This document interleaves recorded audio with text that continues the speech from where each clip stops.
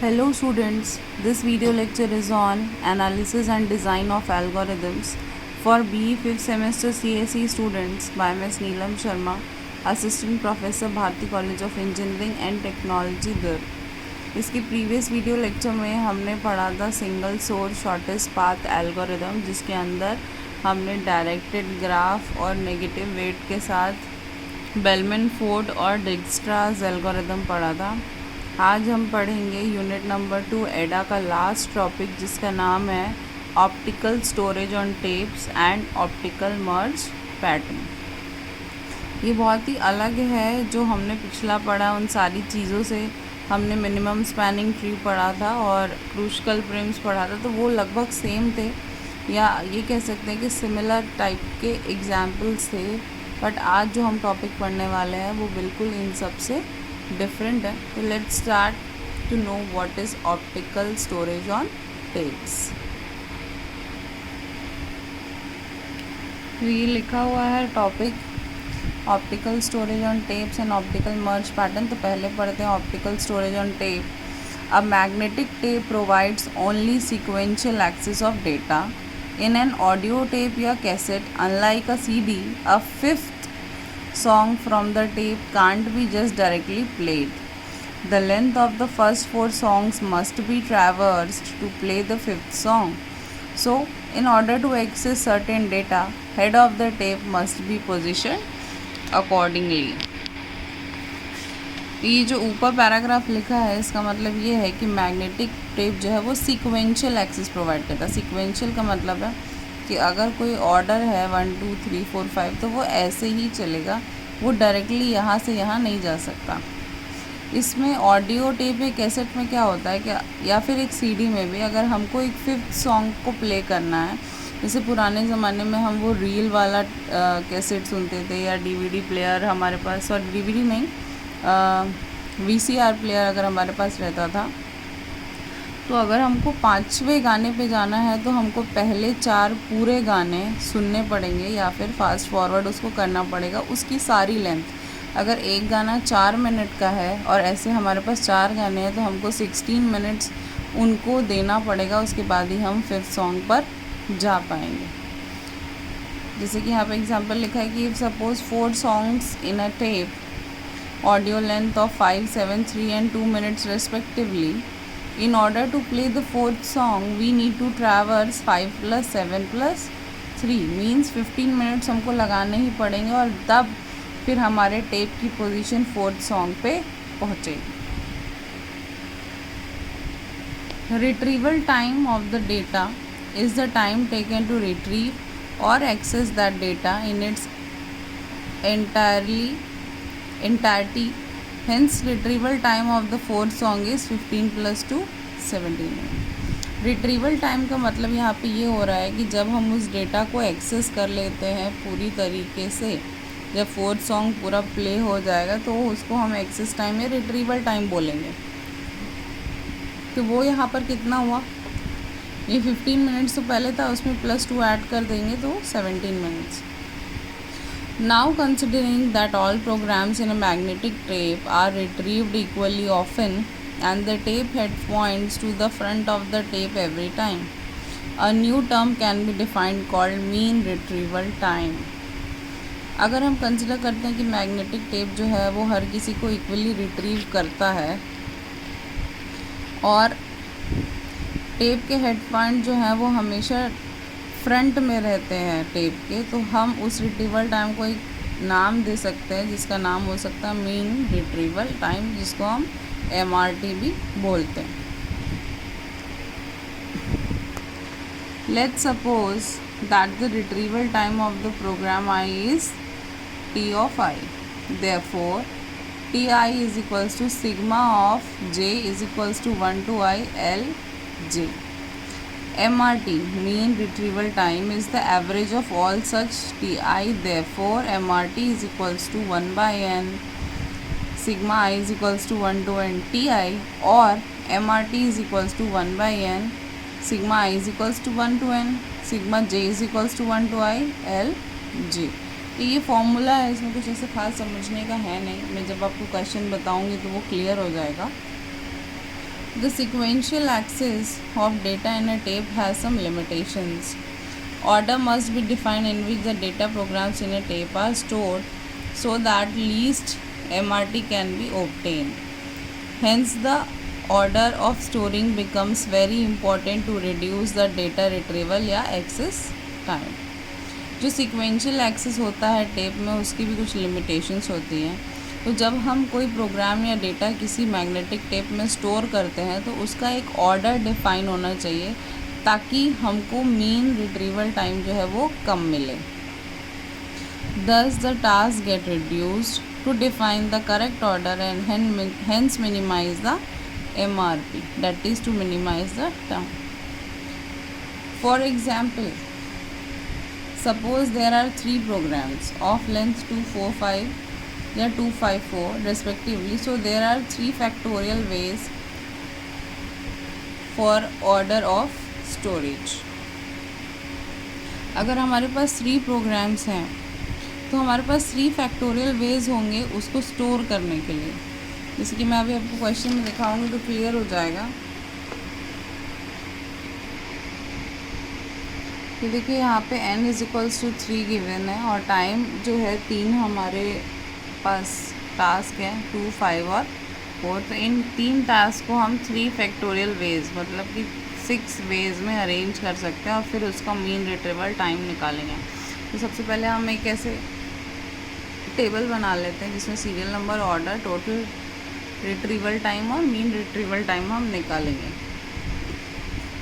तो सबसे पहला ऑर्डर उसको स्टोर करने का हमने रखा 1, 2 और 3.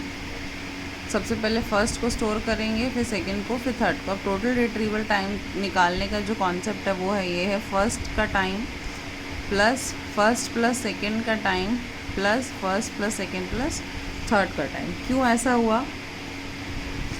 जब हमने फर्स्ट वाले को एक्सेस किया और जब हम सेकंड पे गए तो सेकंड पे जाने के लिए हमको फर्स्ट को क्रॉस करके जाना पड़ा, इसीलिए यहाँ जाने के लिए भी हमको इन दोनों को क्रॉस करके जाना पड़ेगा प्लस इसको. जैसे कि मैं अभी सॉन्ग्स की एग्जांपल आपको दिया था पिछले में, जस्ट इसके पीछे की. अगर हमको 5th सॉन्ग पे जाना है तो हमको शुरू की चारों सॉन्ग को ट्रैवर्स करना पड़ेगा प्लस 5th सॉन्ग का टाइम. तो ये पूरा टाइम हमारा होगा एक्सेस करने का या टोटल रिट्रीवल टाइम. इसीलिए यहाँ पर 2, 2 + 5 + 2 + 5 + 4. ये फर्स्ट, ये सेकेंड, ये थर्ड. सो टोटल करेंगे तो 20. मीन रिट्रीवल टाइम जो है आपका 20/3. 3 इसलिए क्योंकि 3 ही हमारे पास सॉन्ग्स हैं अभी. नेक्स्ट ऑर्डर है 1, 3, 2. 1, 1, 3, 2. 1 के लिए 2 + 2 + 4 क्योंकि यहाँ पे 3 पहले है, फिर 2 + 4 + 5. 1, 3, 2. तो यहाँ पे आया 19, तो ये 19/3. फिर हमने ऑर्डर लिखा 2, 1, 3, 5. 2 क्या है हमारा 5 है. 1 क्या है 2 के बाद 1 कैसे आएगा 5 + 2 करके, और 3 कैसे आएगा 5 + 2 + 4 करके. इसकी वैल्यू आई 23. इसकी वैल्यू आई 23, 23/3. नेक्स्ट ऑर्डर हमने लिखा है 2, 3, 1. 2, 3, 1. तो 5 + 4, फिर 5 + 4 + 2. इसकी वैल्यू आई 25, तो 25/3. फिर हमने लिखा 3, 1, 2.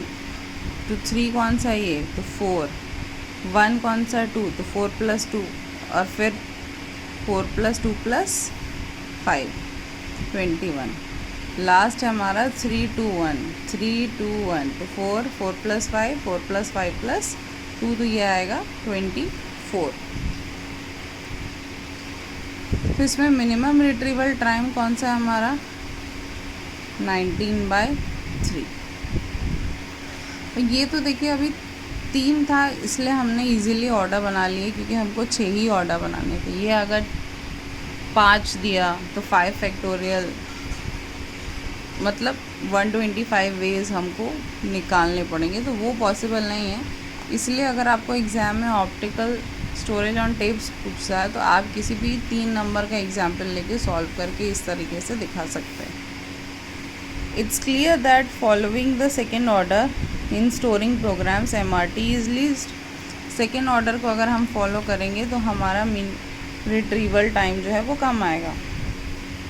In the above example, the first program's length is added n times and second n minus 1 times and so on till the last program is added only once. So, careful analysis suggests that in order to minimize MRT program having greater length should be put towards the end. तो analysis से ये साबित होता है कि जो greater length के इस प्रोग्राम है उसको लास्ट में रखा जाए। अगर ऐसा हम करेंगे तो हमारा जो MRT है वो रिड्यूस हो जाएगा।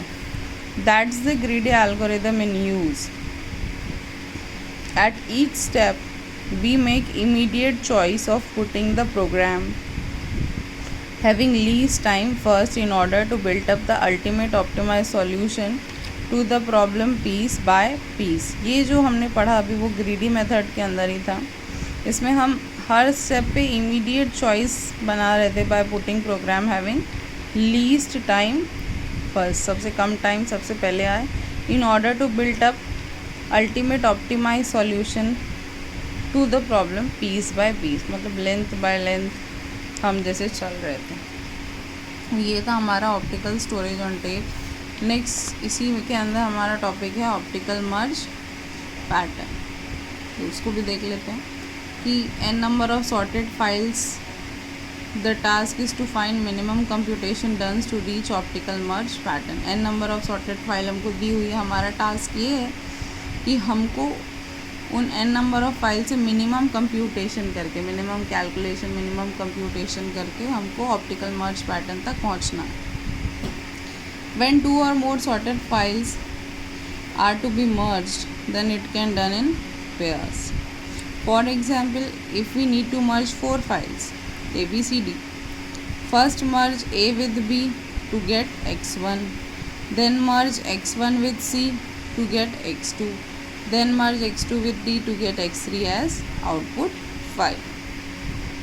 If we have two files of size m and n, the total computation time will be m plus n. It is as simple as that. Here we use greedy strategy by merging two smallest size files among all the files present. हम greedy strategy यहाँ पर लगाने वाले हैं। Optical merge pattern में क्या होगा, हमको 4 फाइलें दी हुई है, हमको इनको ऐसे जोड़ना है, ऐसे कंप्यूटेशन करना है कि वो जो कंप्यूटेशन है वो हमारा मिनिमम रहे। उसका एग्जाम्पल हम देखते हैं। ये क्वेश्चन है, गिवन 3 फाइल साइज दिया है 2, 3, 4 unit, find optimal way to combine these files. तो इनपुट हमारा n=3 है, साइज़ है 2, 3, 4। डिफरेंट वेज है इसको भी कंबाइन करने के लिए। तो सबसे पहला मेथड जो है वो ऑप्टिमल मेथड है। इसमें देखिए 2, 3, 4, अब 2 + 3 किए, इन दोनों को मर्ज किया तो 5 मिला, फिर 5 के साथ 4 को मर्ज किया तो हमको 9 मिला। तो टोटल कॉस्ट क्या आएगा, फाइनल नोट्स को प्लस करना, तो 5 + 9 हमारा कॉस्ट कितना आया, 14। तो ये ऑप्टिमल मेथड था। नेक्स्ट मेथड हमारा है, ये देखिए 3 + 4 को पहले प्लस किया, यहाँ पे लिखा 7 और उस 7 को मर्ज किया 2 के साथ, कॉस्ट आया 9। फाइनल कॉस्ट है 9 + 7 16। एक और मेथड है, 2 + 4 करते हैं, पहली फाइल प्लस आखिरी फाइल और उसके बाद उससे बीच वाली फाइल को मर्ज करेंगे। तो 6 + 3 क्या आएगा, 9। तो कॉस्ट हमारा आया 15। तो हमारा जो सबसे मिनिमम कॉस्ट था वो किस में आया था, ऑप्टिमल मेथड में। तो आपको ऑप्टिमल मर्ज पैटर्न में भी यही निकालना है कि आपको मिनिमम कॉस्ट किस में आ रहा है। इसको स्टेप बाय स्टेप तो नहीं बनाया मैंने, लेकिन ये एक इनपुट साइज 6 के लिए layer 2, 3, 4, 5, 6 optimal way to combine these files, ये एक फाइनल डायग्राम है। सबसे पहले 2 + 3 5, फिर इस 5 को 4 से कंबाइन किया तो मिला 9, फिर इस 9 को 5 से कंबाइन किया तो मिला 14, और इधर 6 और 7 को अलग प्लस किया और इसमें मिला हमको 13। इन चारों के फाइनल आउटपुट को इन दोनों के फाइनल आउटपुट से जब प्लस किया तो हमको मिला 27। अब इसका कॉस्ट निकालेंगे तो 5 + 9 + 13 + 14 प्लस 27 तो आएगा हमारा 68। अब इसमें और भी तरीके हो सकते हैं, जैसे मैंने यहाँ पे लिखा हुआ है कि ये ऑप्टिमल वे, मतलब ये हमको मिनिमम कॉस्ट दे रहा है। आप चाहते तो 2 + 4 कर देते, 3 + 5 कर देते और 4 + 7 कर देते, या 7 को अकेला छोड़ देते। आप जितने तरीक़ों से चाहे उतने तरीक़ों से इसको कंबाइन कर सकते हैं, लेकिन हमारा जो मेन मोटो है वो ये निकालना है कि उन सब को कॉम्बिनेशन के बाद हमको मिनिमम कॉस्ट कहाँ पर पड़ रहा है। तो ये आपका यूनिट नंबर 2 का लास्ट टॉपिक था, optical storage on tapes and optical merge pattern, जिस दोनों क्वेश्चंस में आपको यही निकालना है कि मिनिमम टाइम या मिनिमम कॉस्ट किस में आएगा। जैसे ये इसमें भी मिनिमम कॉस्ट ये था, इसमें हम ऑर्डरिंग देख रहे थे, और इसमें भी हम मिनिमम कॉस्ट ऑर्डरिंग के थ्रू ही निकाल रहे हैं कि हम किसको पहले प्लस करेंगे। इसके बाद हम यूनिट नंबर 3 चालू करेंगे। अगर आपको कोई भी डाउट हो तो मुझे पर्सनली पूछ सकते हैं। Thank you.